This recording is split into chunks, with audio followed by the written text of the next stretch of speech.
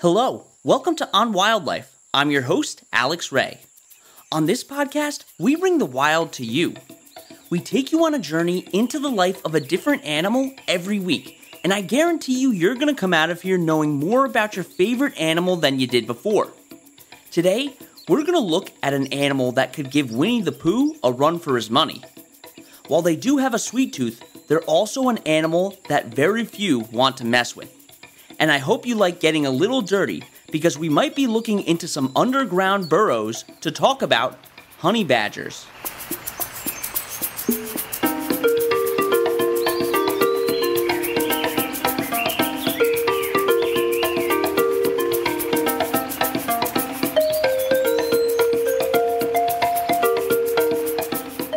Honey badgers belong to the mustelid family, so some of their closest relatives are weasels, ferrets, and otters. They're the largest mustelid in Africa. Adults can be around 2.5 feet long and weigh around 35 pounds. Their scientific name is Mellivora capensis, and if we break it down, we can learn more about the honey badger's behavior. In Latin, melli means honey, and vora means to eat. And they're named this because honey badgers love to eat honey. And we'll talk more about this later on in the episode. They're also known as rattels, and a group of honey badgers is called a cete. They're the only living species in the Mellivora genus, but there are 12 recognized subspecies. Most of the subspecies are separated either by where they live or how long their coat is. And one subspecies, called the speckled rattel, is separated by its unique extra molar on the left side of its jaw. Honey badgers are native to most of Africa, India, and parts of Asia. They can survive in a variety of different biomes, including deserts, savannas, and forests. And you can recognize a honey badger from its distinct coloration. It has white fur along the top part of its body, going from the head to the tail. The rest of its body is completely black. They also display sexual dimorphism, where males and females have different characteristics. Males are larger than the females, and researchers think that this is to help avoid competition for prey between the two sexes. Being native to such a dry, hot environment like Africa, heat regulation is a vital piece of survival for honey badgers. They're extremely well adapted to this climate, though. Generally, they're nocturnal, so they don't have to go outside during the hottest times of the day. Some research has shown that as the temperature shifts in their environment with the seasons, so does the honey badger's habits. They've been observed being more active during the day when it gets colder outside. This is a good piece of evidence to support the idea that the reason that they're nocturnal is to avoid overheating. They also spend a lot of their time in burrows underground, where it's much cooler. Honey badgers have 5 toes on each foot, which are armed with long, sharp claws. The claws on the front feet are longer than the claws on the back, and these front claws help them dig their burrows and tear apart their food. The burrows, or dens, are usually around 9 feet in length and reach roughly 5 feet underground. They'll usually build a large open chamber at the end where they can curl up to sleep. They're also extremely resourceful and often use hollowed out trees, rock crevices, and even burrows from other animals like aardvarks as homes as well. They'll most likely have multiple dens and rarely return to the same one 2 days in a row. Another unique feature that honey badgers have is their anal pouch, which has scent glands in it. This pouch is eversible, meaning that it can be turned inside out. This is a trait shared by mongoose and hyenas too. They do this when scenting territory, which is basically marking an area to let others know that it's their property. And similar to skunks, they can release a foul-smelling odor from their anal pouch if they feel threatened. But the scent glands also have another purpose, and it's really amazing. But in order to talk about that, we have to talk about their diet first. And we'll get to that right after the break.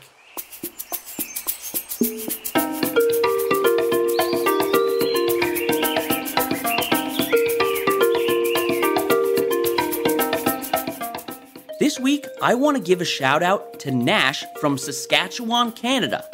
His favorite animal is an eagle. Did you know that the golden eagle can hit speeds of up to 200 miles per hour in the air?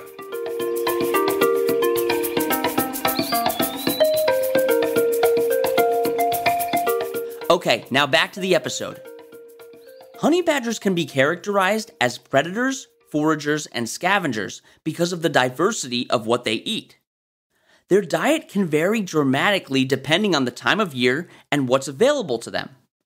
And as I mentioned before, honey badgers get both their common name and scientific name from their love of eating honey. In order to get the honey, they have to raid bees' nests.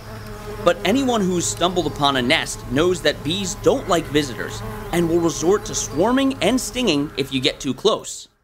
Honey badgers have an amazing way of getting around this, though. Remember when I was talking about their scent glands? Well, it's believed that the scent that honey badgers release from their anal pouch actually has a calming effect on bees, which makes them sting less. That's not always effective, though. And this is where their skin comes into play. Honey badgers are known for their thick skin, and it can be up to 6 millimeters thick, which is even thicker than a buffalo's skin. This allows them to withstand bee stings and much more. Porcupine quills usually can't even penetrate their skin. The skin is also really loose, so it allows them to twist around within it, which could help them escape from predators and avoid being harmed by other honey badgers. They also eat a plethora of other things, including fruits, invertebrates, small mammals, reptiles, fish, and birds. In Africa, they're known as snake hunters and have even been seen consuming venomous species like cobras. These animals seem like they can do it all, and sometimes they even have help from another species. There seems to be a mutualistic relationship between a bird called the honey guide and honey badgers. A mutualistic relationship means that both species benefit from the interactions that they have. Honey badgers follow the bird's calls, which guide them to useful beehives.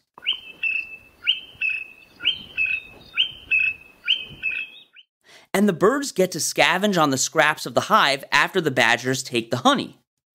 It's thought that the mothers pass this awareness of the honey guides to their young. Because the female has to provide for her young, the honey guide really comes in handy for her. Honey badgers mate year-round. However, females won't reproduce every year due to the fact that the offspring will stay with her for over a year. Gestation is quick, ranging between 50 and 70 days. That's roughly 2 months compared to the human 9-month gestation period.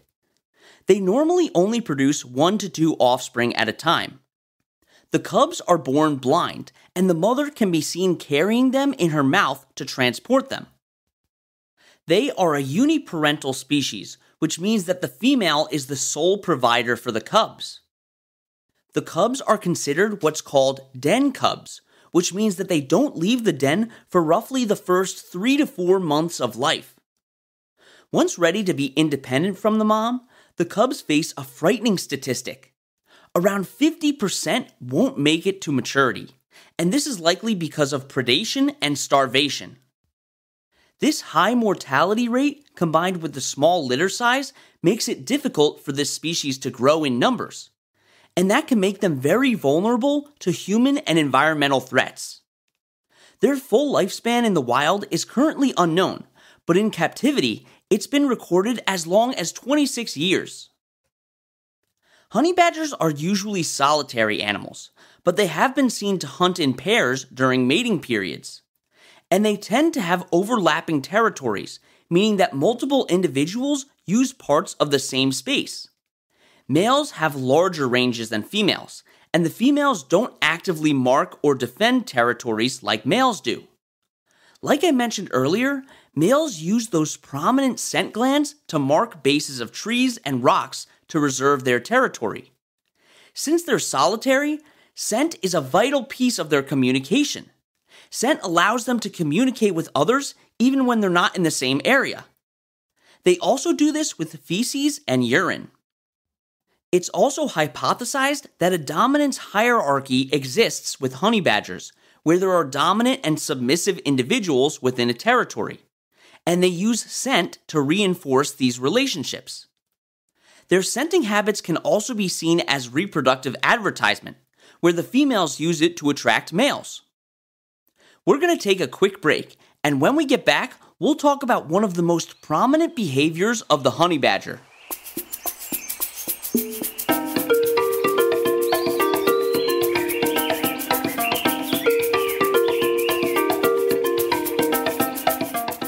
Time for today's trivia question.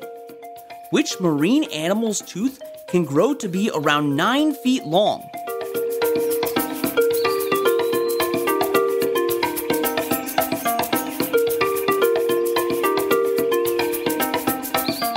The answer is a narwhal. Their huge tusk is actually an overgrown tooth, and you can find out more about that in our narwhal episode.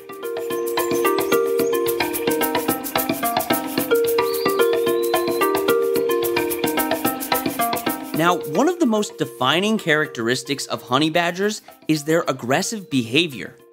They're actually known to be pretty calm in captivity, but you don't want to mess with one in the wild. But why is that? Well, some people believe it's because of all the dangerous predators in their environment, like lions and crocodiles.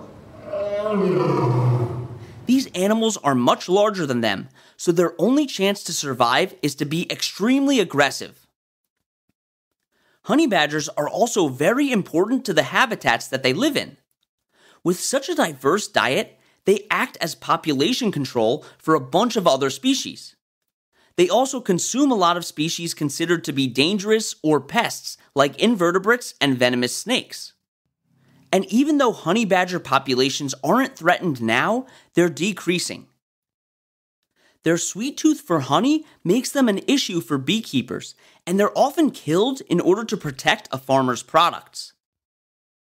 Many farmers in South Africa believe that the honey badger population is overgrown, and farmers and beekeepers are responsible for the deaths of hundreds of honey badgers every year in attempts to protect their crops.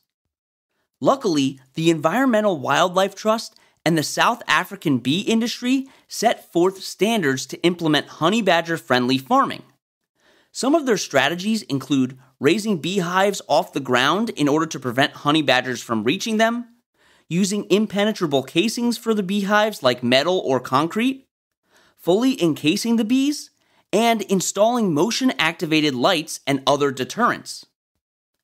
If you want to help out honey badgers, you should check out the South African Bee Industry Organization, the Wildlife and Environmental Society of South Africa, and the World Wildlife Fund. Thank you so much for coming on this adventure with me as we explored the world of honey badgers. You can find the sources that we use for this podcast and links to organizations that we reference at onwildlife.org. You can also email us with any questions at onwildlife.podcast@gmail.com. And you can follow us on Instagram at @on_wildlife or on TikTok at @onwildlife. And don't forget to tune in next month for another awesome episode. And that's On Wildlife.